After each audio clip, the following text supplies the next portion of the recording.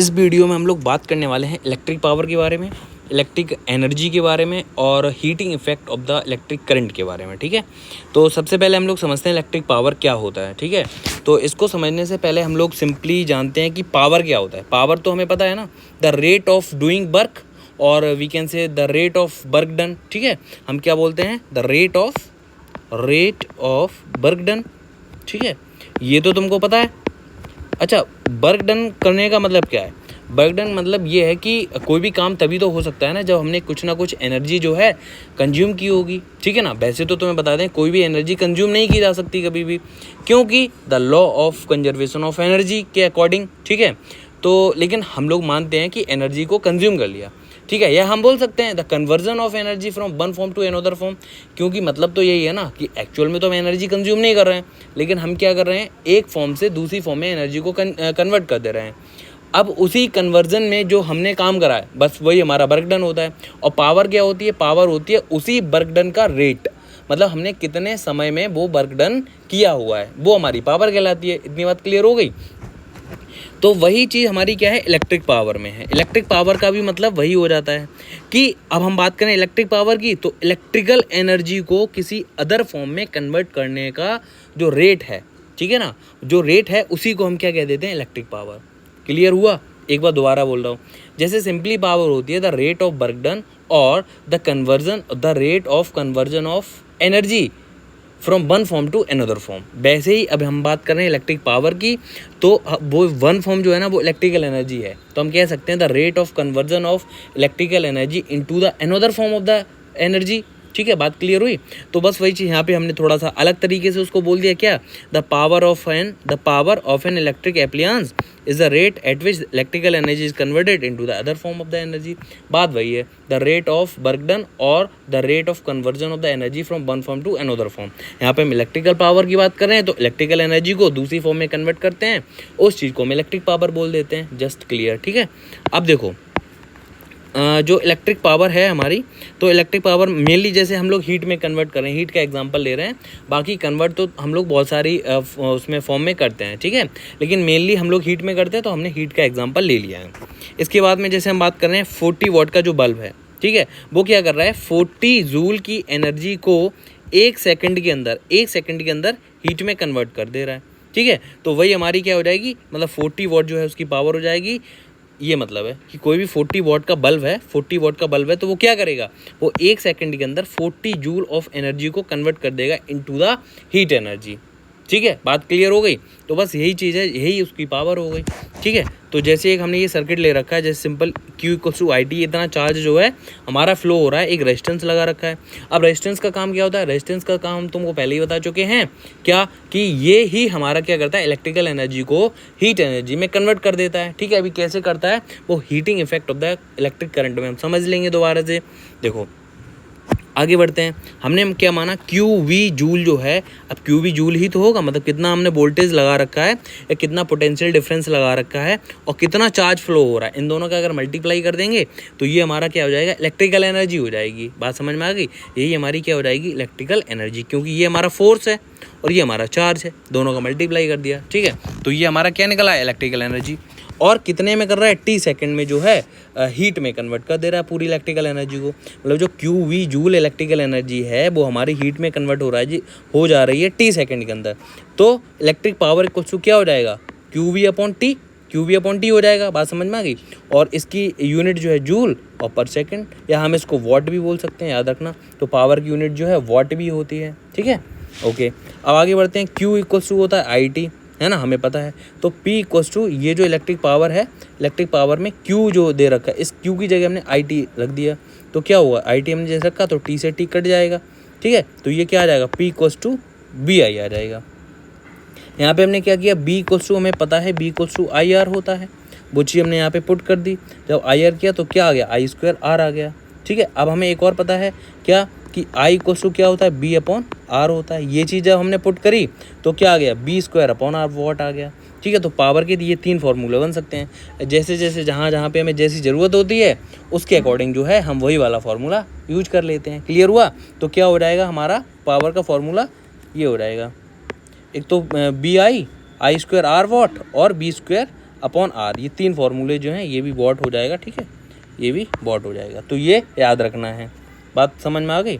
अच्छा, ये कुछ पॉइंट लिखे हुए हैं, इनको समझ लेते हैं। देखो क्या पॉइंट है हमारे, electric appliance are rated in terms of the electric power. जितने भी इलेक्ट्रिक एप्लायंसेज होते हैं उनको इलेक्ट्रिक पावर में जो है उनकी रेटिंग करी जाती है। बस सिंपल सी चीज़ है, इलेक्ट्रिक पावर में तो करनी ही पड़ेगी कि कितनी देर में, मतलब कितनी ज़्यादा पावर या कितनी एनर्जी को हम हीट एनर्जी में कन्वर्ट कर देते हैं। तो पावर तो भाई बहुत ज़रूरी है, तभी तो मैं पता चलेगा कितनी देर तक हम इलेक्ट्रिकल एनर्जी खर्च करें तो कितनी एनर्जी जो है कंज्यूम हो जाएगी। अब कंज्यूम का मतलब वही है कि दूसरे फॉर्म में जो है हम कन्वर्ट कर देंगे, ठीक है।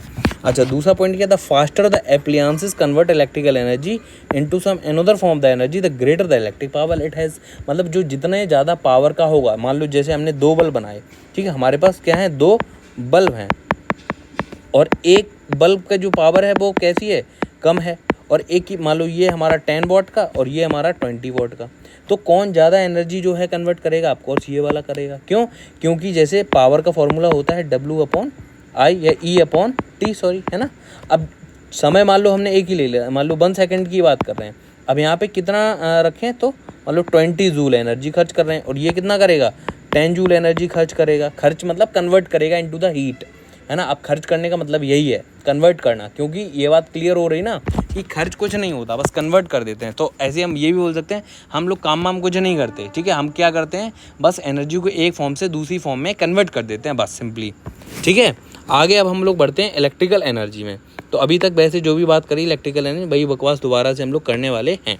देखो, the loss of electrical potential energy in maintaining the current in the circuit is called the electric current consumed in the circuit. अब फिर बात आ गई कंज्यूम। अब कंज्यूम तो हम कुछ करते ही नहीं है, एक्चुअल में हम क्या कर रहे हैं, कन्वर्ट कर रहे हैं from one form to another form. अब वन फॉर्म मतलब इलेक्ट्रिकल एनर्जी, और उसी एनर्जी को हम किसी दूसरी फॉर्म में जब कन्वर्ट कर लेते हैं, उसी चीज़ को हम क्या कह देते हैं, consumption of the electrical energy. बात समझ में आ गई। तो the loss of electrical potential energy मतलब जो हमने वोल्टेज लगा रखा था या जो हमने पोटेंशियल डिफरेंस जो है मेंटेन कर रखा था, sorry for the background sound, जो ट्रेन की आवाज़ आ रही होगी, ठीक है। तो चलो, मतलब जो भी लॉस हो रहा है इलेक्ट्रिकल पोटेंशियल एनर्जी का, मतलब जो हमने वोल्टेज लगा रखा था उसका वोल्टेज ड्रॉप होता रहता है, ठीक है। तो मतलब जो वोल्टेज हमने लगा वो कुछ खर्च हो जाता है, ठीक है। मतलब हमने वोल्टेज का मतलब तो पता होगा ना, चार्ज को हमने एक जगह से उठा के दूसरी जगह रख दिया, बस वही चीज़ हमारा वोल्टेज होती है। मतलब जितना चार्ज हमने किया था, जितनी मेहनत करी थी, वो थोड़ी सी खर्च हो गई, तो वही चीज़ है पोटेंशियल एनर्जी जो है वो उसका लॉस हो जाना ही क्या है, इलेक्ट्रिकल एनर्जी है, ठीक है। अब जो लॉस हो रहा है उसको क्या, मेंटेन करंट, हाँ, करंट को मेंटेन करने के लिए की जाती है, ठीक है। हो ही ये रहा है, मतलब इलेक्ट्रिकल एनर्जी को हम दूसरी फॉर्म में कन्वर्ट तभी कर पाते हैं जब जो है करंट फ्लो होता रहता है। इतनी बात क्लियर हो गई। तो इलेक्ट्रिकल एनर्जी आई होप कि समझ आ रहा होगा क्या होता है, ठीक है। चलो, let electrical energy consumed in T second in BIT joule, इस BIT जूल होना चाहिए, सॉरी, है ना, इस BIT जूल। तो हम बोल सकते हैं कि W को, अब W ही तो इलेक्ट्रिकल एनर्जी है, क्योंकि वर्क जो है वो तभी हो सकता है जब कहीं से हम एनर्जी जो है लेंगे, बिना एनर्जी के कोई भी काम नहीं होता। इतनी बात क्लियर हो गई। तो क्या हो जाएगा, BIT, W को क्या होता है, P/T बोल सकते हैं हम लोग। P का फॉर्मूला क्या होता है, IT होता है, ठीक है, सॉरी VI होता है, और I²R होता है, और B²/R होता है। तो ये तीनों फॉर्मूले जो हैं इलेक्ट्रिकल एनर्जी के निकल आते हैं, या फिर हम वर्क भी बोल सकते हैं, ठीक है। बात एक ही है। इतनी बात क्लियर हो गई होगी, ठीक है। चलो, अब हमारा जो तीसरा टॉपिक है वो क्या है, heating effect of the electric current, ठीक है। Heating effect of the electric current के बारे में हम लोग बात करते हैं। तो देखो, when the electric current passes through a conductor there is a considerable friction between the moving electrons and the molecules of the conductor, है ना। तो सिंपल सी चीज़ है बहुत, जब भी कभी इलेक्ट्रिक करंट फ्लो हो रहा है, मतलब इलेक्ट्रॉन्स फ्लो हो रहे हैं, और अगर इलेक्ट्रॉन्स फ्लो हो रहे हैं तो वो फ्रिक्शन तो होगा ही ना, क्योंकि किसी भी वायर में से फ्लो हो रहे हैं, भले हमको दिख नहीं रहे हैं उस वायर में से फ्लो होते हुए। क्यों नहीं दिख रहे हैं, क्योंकि बहुत ज़्यादा दुनिया की सबसे छोटी चीज़ इलेक्ट्रॉन, जो अभी तक मतलब नॉर्मली हम लोग मानते हैं, हालांकि उससे भी छोटी चीज़ें हैं, बट हम अभी इलेक्ट्रॉन के बारे में पढ़ रहे हैं, उसके बारे में बात करते हैं, ठीक है। क्वांटम फिजिक्स में थोड़ा ना घुस रहे हैं। तो सबसे छोटी जो चीज़ है वो इतनी छोटी जब फ्लो हो रही तो कहाँ हमें दिखेगा, ठीक है। तो इलेक्ट्रॉन्स जो फ्लो हो रहे होते हैं तो वो क्या है, उस कंडक्टर के मॉलिक्यूल्स के साथ में। अब कंडक्टर मतलब वायर की बात कर रहे हैं, ठीक है। तो जब भी उस वायर में से किसी भी एप्लियंस में से जब इलेक्ट्रॉन्स निकलते हैं तो उसका फ्रिक्शन होता है। अब मैं तुम्हें पहले भी बता चुका हूँ कि फ्रिक्शन मतलब अगर नैरो पाथ कर देंगे, नैरो पाथ का मतलब है कि रेजिस्टेंस हाई कर देंगे, ठीक है, तो उनको निकलने में ज़्यादा दिक्कत होगी, उनके साथ में फ्रिक्शन ज़्यादा होगा। फ्रिक्शन ज़्यादा होगा तो मतलब क्या होगा, तो फ्रिक्शन से हमें पता है हीट एनर्जी जनरेट हो जाती है। तो सिंपल सी चीज़ वही है कि जब भी कोई इलेक्ट्रॉन्स जो हैं करंट फ्लो होता है तो इलेक्ट्रॉन्स फ्लो होते हैं, उसकी वजह से फ्रिक्शन जनरेट होता है between the molecules of the conductor और उन इलेक्ट्रॉन्स के बीच में, जिसकी वजह से जो है हीट एनर्जी जनरेट हो जाती है। ठीक है, वही बात लिखी हुई, the electrical energy supplied to the conductor to overcome this electrical friction. अब इलेक्ट्रिकल फ्रिक्शन जो है उसको ओवरकम करने के लिए, मतलब इलेक्ट्रिक फ्रिक्शन जो आ रहा है, हम ये नहीं चाह रहे इलेक्ट्रिक फ्रिक्शन जो हो रहा है उससे कोई दिक्कत नहीं, लेकिन हमें इलेक्ट्रॉन्स को पहुंचाना है। अब जब जल्दी जल्दी पहुंचाएंगे तो फ्रिक्शन क्या है, बहुत तेज़ी से होगा, तो हीट एनर्जी में जो है मतलब मेहनत करनी पड़ेगी, काम करना पड़ेगा कहाँ। और फिर अभी मैंने बताया काम करने का कुछ भी मतलब नहीं है, बस एक फॉर्म से दूसरी फॉर्म में कन्वर्ट करने का ही मतलब है, conversion of the electrical energy into the another form of the energy. अब यहाँ पे वो कौन सी फॉर्म में कन्वर्ट हो रहा है, वो कन्वर्ट हो रहा है कन्वर्टेड इनटू द हीट। बात समझ में आ गई, बस यही। अब जो फ्रिक्शन का मतलब क्या है, इलेक्ट्रिक रेजिस्टेंस ही होता है, बात समझ में आ रही है। तो बस यही जो फिनोमेना है ना, इसी को हम बोल देते हैं heating effect of the electric current. Clear हुआ कि नहीं हुआ? मतलब सिंपल सी चीज़ है कि इलेक्ट्रॉन को जब भी कंडक्टर से फ्लो होते हैं तो उनके बीच में जो है फ्रिक्शन हो जाता है, उसी फ्रिक्शन की वजह से हीट एनर्जी जनरेट हो जाती है। ठीक है, जनरेट क्यों हो जाती है, वो इसीलिए हीट जनरेट होती है क्योंकि जब भी हम काम कर रहे होते हैं तो नैरो पाथ है, नैरो पाथ मतलब उसके अंदर कुछ ना कुछ रेजिस्टेंस है। ठीक है, तो ज़्यादा थोड़ा रगड़ हो जाती है, या हम बोल सकते हैं फ्रिक्शन ज़्यादा हो जाता है, जिसकी वजह से हीट एनर्जी जनरेट हो जाती है। ठीक है, तो हम बोल सकते हैं कि हीट एनर्जी जो है वो उसी के हीट जो है उसके बराबर है किसके, एनर्जी सप्लाई, जो हम एनर्जी कंटिन्यू दे रहे हैं उसको ओवरकम करने के लिए, मेंटेन रखने के लिए, कि भाई जो हम करंट दे रहे हैं वो भी कम ना हो, किसी भी अप्लायंस में दे रहे हैं या रिटर्न हो गया उसी में आ रहा था, तो इलेक्ट्रिक करंट उतनी जो हम चाह रहे हैं उसको मेंटेन करने के लिए क्या, हीट जो है एनर्जी सप्लाई के बराबर ही होगा, जितनी भी हम एनर्जी दे रहे हैं तो उसी की हमने क्या है बराबर रख दिया, उसके बराबर रखा तो H = I²RT, एनर्जी सप्लाई अभी हमने बता दिया था I²RT होता है, तो इसी बेस पे हम बोल सकते हैं H या हीट एनर्जी जो होती है वो भी कितनी होती है, I²RT जूल। अब जूल तो रहेगी क्योंकि ये भी एनर्जी है, हीट एनर्जी ही तो होती है। ठीक है, क्लियर हुआ? तो बस यही है हमारा heating effect of the electric current. अब देखो इसकी भी और कुछ पॉइंट है, the heating effect of the current is utilised. अब देखो जो हीटिंग इफेक्ट होता है ना वो हालांकि बुरा है ना, कुछ जगह पे बुरा है जहाँ पे हम अननेसेसरी हो रहा है, मतलब हम नहीं चाह रहे ना। देखो फ्रिक्शन जो है वही सिंपल सी चीज़, जैसे हम नॉर्मल फ्रिक्शन की बात करते हैं तो कभी कभार तो हमारा फ्रिक्शन बहुत अच्छा है ना, लेकिन कभी कभी फ्रिक्शन की वजह से जो हीट जनरेट हो रही है वो बेकार भी है। अब जैसे हम लोग अपने जूतों के ही सोल में मानते हैं क्या है, सोल में जो हम ग्रिप्स बनाते हैं तो उसकी वजह से क्या होता है, ग्रिप्स बनाने से वो फ्रिक्शन काम का भी है। काम का क्या है कि अगर ग्रिप नहीं होगी तो हम लोग चल नहीं पाएंगे, आगे नहीं बढ़ पाएंगे। तो अगर हम ऐसा करेंगे तो स्लिप हो जाएगी, हमारे जो पैर हैं हम स्लिप करके गिर जाएंगे। तो फ्रिक्शन अच्छा भी है, लेकिन उसी फ्रिक्शन की वजह से हमारी एनर्जी भी खर्च हो रही है, हमारे जूते चप्पल जो होते हैं वो घिस भी जाते हैं। ठीक है, बात समझ आ रही है? तो वहाँ पर फ्रिक्शन अच्छा भी है और ख़राब भी है। तो वही चीज़ यहाँ पे, अब फ्रिक्शन वैसे तो हमें पता है इलेक्ट्रिक फ्रिक्शन जो है या रेजिस्टेंस जो है उसका हम यूटिलाइजेशन भी करते हैं। किस में करते हैं, जैसे इलेक्ट्रिक हीटर में।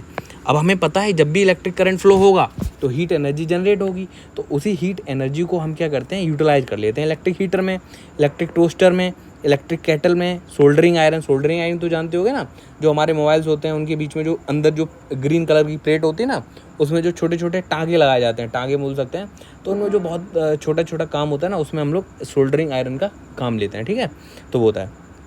और भी जैसे हीटिंग एलिमेंट है, जैसे हमारा बल्ब होता है या कुछ भी है, या नाइक्रोम का बायर जो है हीटिंग एलिमेंट बनाने में मदद करता है। मतलब ये हीटिंग एलिमेंट है नाइक्रोम का बायर, जो कि निकेल और क्रोमियम से बनाया जाता है। ठीक है, तो वो भी है काम हमारा। ठीक है, जैसे हमारा जो हीटर है उसमें वही नाइक्रोम का बायर ही यूज करते हैं हम लोग। ठीक है, ओके। यूनिट क्या होती है पता है, जूल और वॉट सेकेंड। क्या होती है, जूल और वॉट सेकंड। ठीक है, 1 किलोवाट आवर में कितने होते हैं, इतने जूल होते हैं। ये तुम सॉल्व कर सकते हो, तुम्हें पता होगा, सॉल्यूशन है जस्ट, है ना। 1 कैलोरी में हमें पता है 4.186 जूल होते हैं, तो 1 किलो कैलोरी में कितने हो जाएंगे, 4186 जूल हो जाएंगे। यहीं से हम क्या बोल सकते हैं, 1 जूल इक्वल टू क्या हो जाएगा, 1/4186 किलो कैलोरी हो जाएगा। मतलब यहाँ से हमने क्या किया, 1 जूल की वैल्यू निकाल ली, तो ये इसके अपॉन में आ जाएगा। ठीक है, तो वही आ गया, 1 जूल इक्वल टू क्या हो जाएगा, 1/4186 किलो कैलोरी। ठीक है, बात क्लियर हुई। अब देखो 1 किलोवाट इक्वल्स होता है 36 × 10⁵ जूल।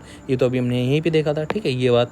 अच्छा, तो यहाँ पे ये क्या हो जाएगा हमारा, 1 किलोवाट आवर है ना, तो यहाँ पे हम क्या करेंगे, जूल की वैल्यू पुट कर देंगे, केवल जूल की वैल्यू अभी हमने यहाँ पे निकाल ली है। ठीक है, 1 जूल इक्वल टू क्या होता है, 1/4186। तो ये हमने यहाँ पे पुट कर दिया, तो 1 किलोवाट आवर इक्वल आ जाता है 860 किलो कैलोरी। ठीक है, याद रखना, ये डायरेक्टली ऐसे क्वेश्चन आ जाते हैं। अभी भले तुम्हारे पेपर में आए ना आए, लेकिन कहीं ना कहीं ये क्वेश्चन तुमको ऐसे देखने को मिल जाएगा कि 1 किलोवाट आवर में कितने किलो कैलोरी होते हैं, और बाकी तुम्हें याद भी होना चाहिए।